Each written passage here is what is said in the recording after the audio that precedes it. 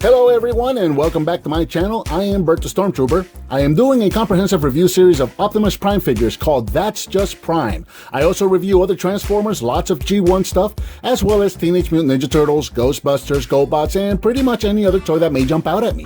I also do the occasional arcade and pinball machine video, unboxings, vlogs, challenges, and miscellaneous videos where my daughter usually makes fun of me. Those are a lot of fun. If you're new to the channel, thanks for checking me out. Please be sure to click subscribe and hit that bell icon so you're notified when I upload a new video. I upload 2 videos a week, sometimes more. And don't forget to give me a thumbs up and share if you like what you see.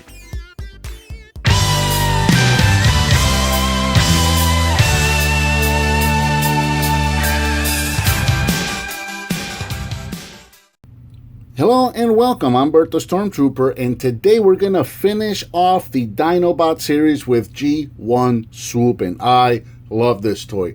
Originally released in 1985, just like the other Dinobots, retailed for approximately $13. Now, this one that we have here in front of us is not an original G1. This is actually another one of these high-quality KOs. And why did I go with this guy instead of an actual G1? I actually do own an original G1, and I'll bring him in right here. Well, this original G1 that I have here, this was a gift. This was given to me, and I love this figure very much. However, there's a couple of problems with it, and that's one, the arm is broken. Now, the arm I was able to fix, no problem. If I get him, well, once we get him in robot mode, we'll probably be able to see that. You can see a little bit of glue marks in the arm, no biggie. I was able to fix that. However, he does have a problem that is irreparable, and that is in the back here. Swoop, as you can see this guy back here, he's standing. If I try to get this guy to stand, he's not going to. He's just going to fall off. The reason for that is Swoop has this tail in the back that helps him stand. It helps us, it kind of works as like a third leg there. As you can see on this guy here, it's broken off. And other than finding the original piece that actually went there, that matches exactly with this break, because that's a molded piece, that's never going to be able to get repaired. So this Swoop is unrepairable. So that's why I decided to go ahead and get a, rather than get weapons and complete this guy, since this guy is really never going to be up to 100%, I just went ahead and picked up one of these, especially since picking up one of these brand new in the box and complete cost me just a little bit more than getting the weapons for this guy was going to be. So that's what I went with that. And that actually gives us a really great opportunity to do comparisons between the high quality and KO and the original one. So we're going to get into some of those differences here in a moment. But let's get back to the subject at hand here. And I don't know if he's a pterodactyl or a pteranodon. I know that the difference lies with the size. One is bigger than the other, and then the head crest and the tail also tell you which one is which. I don't know off the top of my head which one is which, so it's one of those. It's either a pteranodon or a pterodactyl, and I'm sure I'm going to get a lot of comments telling me. But here in this mode, he's approximately 4 inches long. If we put him like this in flight mode from head to tail, he's about 4.5 inches long, about 3.5 inches tall, and he's got a wingspan of about 9 inches. Very, very cool. So he can do this standing pose here, and he can also do a flight pose, or he's got landing gear, I guess you could say. And to do that, we don't have to take away the weapons, but since they fell off, I'm just going to take them off. You can open the chest and fold down the feet, and there's a landing gear that you can fold out from inside the chest, and I've actually already done that with this one over here. So you can see the landing gear right there in the chest, and then the back legs, again, you fold them out, and they have little fake landing gears on them, so you can kind of give him this landed position like that. So he's got landing gear, so you can play with him like this. So real quick, before we transform him for comparison, here he is next to Grimlock, so you can see what they look like together. So getting into transformation, again, as with all the G1 guys, they're all pretty simple. Let's see, where do we want to start? Let's start with the legs in the back here. There's a little backpack. Actually, let's show a couple of the differences real quick while we are here, since I already went ahead and took off the weapons. One difference that I noticed is this is my original weapon right here, and you'll notice that as you're holding it, the screw is on the right hand side of as the barrel is pointing away from you. whereas with the KO, the screw is on the left, and that's for both weapons, or like that. So you notice these are the two weapons that came with this KO. Both of the screws are on the left, and on my original, both of the screws are on the right. I don't know if there were other production runs that were different, but at least with my G1, they're both on the right, and with the KO, they're both on the left. So that is one thing to notice there. Also, I noticed the detail on the wings here, this little piece up here. If you notice on the KO, which is the one on the back, is quite thicker. This one seems a little thinner, a little more detailed, a little more refined. And then the one on the KO, which I'll bring to the front, is a little thicker, rounder, blunter, not as refined looking as this one back here, the G1 there. So that's one glaring difference that I noticed right away as soon as I got them out of the box and started looking at them together.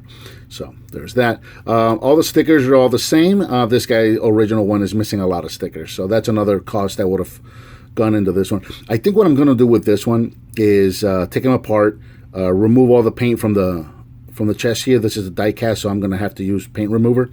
And I'm thinking about maybe doing a custom with this guy and make him the cartoon color. So give him the blue chest and the yellow legs and the black arms with the silver fist and whatnot. Just kind of give him the cartoon details for this guy so I can have both versions. So around the back, the stickers are all the same, and they both have the rub symbol. Let's check those out real quick. So there you go. They both have working rub symbols. So we'll set that guy aside. And again, getting back into transformation, take the backpack off. And this guy, these are just going to rotate all the way around to the bottom. And then they're going to push in, and then rotate for the feet. And these things can be real stiff. So stiff, in fact, that I've already ruined the stickers on them because they can be very, very stiff. Come on.